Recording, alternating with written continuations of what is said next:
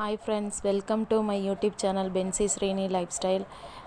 இன்றைக்கி எங்கள் வீட்டில் ஆப்பம் தேங்காய் பால் வந்து செஞ்சோம். நல்லா ஆப்பம் வந்து பஞ்சு மாதிரி வந்துச்சு. வீட்டில் இருந்த வெள்ளரிக்காய் ஒன்று இருந்துச்சு, அதை எடுத்துகிட்டு அம்மாட்டுக்கு யூஸ் பண்ணேன். சம்டைம்ஸ் என்னென்ன கிடைக்குதோ, கேரட் என்னென்ன கிடைக்குதோ அதெல்லாம் யூஸ் பண்ணுவேன். அதெல்லாம் ஒன்றும் பிரச்சனை இல்லை. அது எல்லாமே கொஞ்சம் கொஞ்சம் எங்கள் அம்மாக்கிட்ட இருந்து கற்றுக்கிட்டது. வாழைத்தண்டு இந்த மாதிரி எல்லாமே யூஸ் பண்ணுவாங்க எங்கள் அம்மா. பஞ்சு மாதிரி நல்லா ஆப்பம் வந்துருந்துச்சு. அதுக்கப்புறம் வந்து தேங்காய் பால் வந்து சர்க்கரை வச்சு சாப்பிட்டோம். பாப்பாவும் சாப்பிட்டா. நல்லா இந்த தேங்காய் பால் வந்து அதிகமாக நம்ம யூஸ் பண்ணுறது வந்து நம்ம வயிற்றுக்கு ரொம்ப நல்லது. அப்புறமா வந்து பாப்பா ரெகுலராக அவளோட விளையாட்டு ஜாமான் எடுத்து விளையாண்டுட்ருப்பா. என் ஹஸ்பண்ட் வேலைக்கு போயிட்டாங்க. அப்புறமா உள்ளே எடுத்து போட, வெளியே எடுத்து போட, எல்லாத்தையும் தட்ட இதே வேலையாக தான் இருக்கும். அதுக்கப்புறம் நான் அதுக்குள்ளே கிளிப்பு, வீட்டில் உள்ள பொருளெல்லாம் கொஞ்சம் கொஞ்சம் எடுத்து வச்சுருப்பேன். அவளுக்கும் உள்ள விளையாட்டு ஜாமானும் கொஞ்சம் கொஞ்சம் உள்ளே கொண்டு போய் போட்டுருவா. அவள் சும்மா இருக்கிறவே மாட்டா.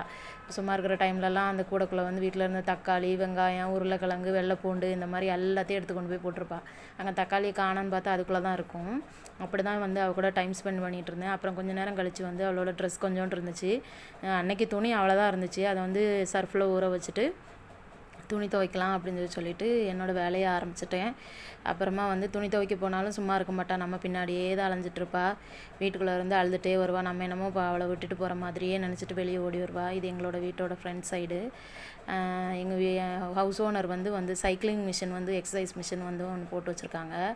அது மேலே ஏறுறதும் இறங்குறதும், அந்த பக்கம் ஓடுறதும் இந்த பக்கம் ஓடுறதும் பயமாக இருக்கும். அப்புறம் அவங்க ஸ்டெப்ஸ் பக்கத்தில் போகவும் வரவும் இதே பண்ணிகிட்ருப்பா. அவள் ஸ்டெப்ஸ் பக்கத்தில் ஒரு தடவையும் போகும்போதெல்லாம் எனக்கு ஒரே பயமாக இருக்கும். எங்கள் வீடு வந்து 3rd ஃப்ளோரில் இருக்குது. அது ஒரு பயத்துலேயே அப்படியே இருந்துகிட்ருப்பேன். அவள் எங்கே போகிறா வரான்னு பார்த்துட்ருக்கிறது தான் என் வேலையாக இருக்கும். அப்புறம் சர்ஃபில் ஊற வச்சுருக்கிற ட்ரெஸ்ஸையும் சும்மா இருக்க மாட்டா. போயிட்டு அதையும் போய் நோண்டிகிட்டே இருக்கிற வேலையாக இருக்கும். போய் தூக்கி தூக்கி நம்ம விட்டோம்னாலும் நம்ம மேலே கோவமாக இருக்கும். அவளுக்கு அழுதுகிட்டே இருப்பாள். அப்படி தான் அவளை பார்த்துட்டே இருப்பேன். அப்புறமா வந்து துணி துவைக்க ஆரம்பிச்சிட்டேன். துணி துவைக்க ஆரம்பித்ததுக்கப்புறமும் சும்மா இருக்கிறது கிடையாது. நம்ம பக்கத்துலேயே வந்து நின்றுட்டு துவைக்கிற துணியை எடுத்து போட்டுட்டு விளையாண்டுட்டு இப்படியே பண்ணிகிட்ருப்பா. துவைக்கிற துணி ஒன்றுன்னா அம்மாவுக்கு எடுத்து கொடுப்பாங்க, நம்ம சோப்பு போட நம்மளுக்கு எடுத்து கொடுப்பாங்க. அப்புறம் சோப்பு போட்டுகிட்டே இருக்கும்போது ப்ரெஷ்ஷை பிடுங்குறது, சோப்பை பிடுங்குறது, இப்படியே வேலை நடக்கும் அவளோட வேலை. அப்படி தான் என் கால்குள்ளேயே நின்றுட்டுருப்பா. நானும் சரி பரவாயில்ல, அங்கே இங்கேன்னு ஓடி போய் விழுந்துடக்கூடாது, நம்ம கூடவே நிற்கட்டும், நம்ம குழந்த, நம்ம கால்குள்ளேயே நின்று விளையாண்டுட்ருக்கோம். ஒரு டைமுக்கு அப்புறம் கண்ட்ரோல் பண்ணவே முடியாது. அதனால சரி ரொம்ப அழுவா அப்படின்னு சொல்லிட்டு அப்படியே விட்டுருவேன். உங்கள் வீட்டில் இந்த மாதிரி குழந்தைங்கள் யாராவது இருந்தாங்கன்னா உங்களுக்கும் இது வந்து ரிலேட் ஆச்சுன்னா கமெண்டில் வந்து கமெண்ட் பண்ணுங்கள்.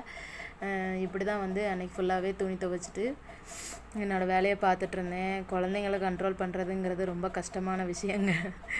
அதுக்கு ரொம்ப அதிகமான பொறுமையும் வேணுங்க. இப்படி தான் என்னோடய வேலை போயிட்டுருந்துச்சு. நாங்கள் தனியாக தான் இருக்கோம். அதனால் வீட்டில் யாரும் பெரியவங்க கிடையாது குழந்தைய பார்த்துக்கிறதுக்கு. அப்படின்னாலும் அவங்ககிட்ட விட்டுட்டு அம்மாட்டுக்கு நம்ம வேலையை பார்க்கலாம். நான் அப்புறம் துணி அலச ஆரம்பிச்சிட்டேன்.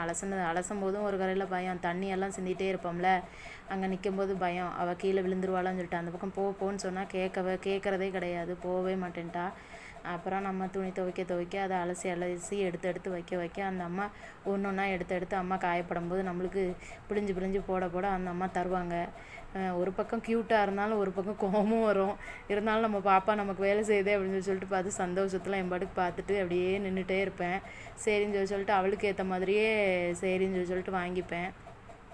அப்படி தான் என்கிட்ட அன்றைக்கி அவள் எல்லாத்தையும் எடுத்து தந்துட்டு இருந்தா.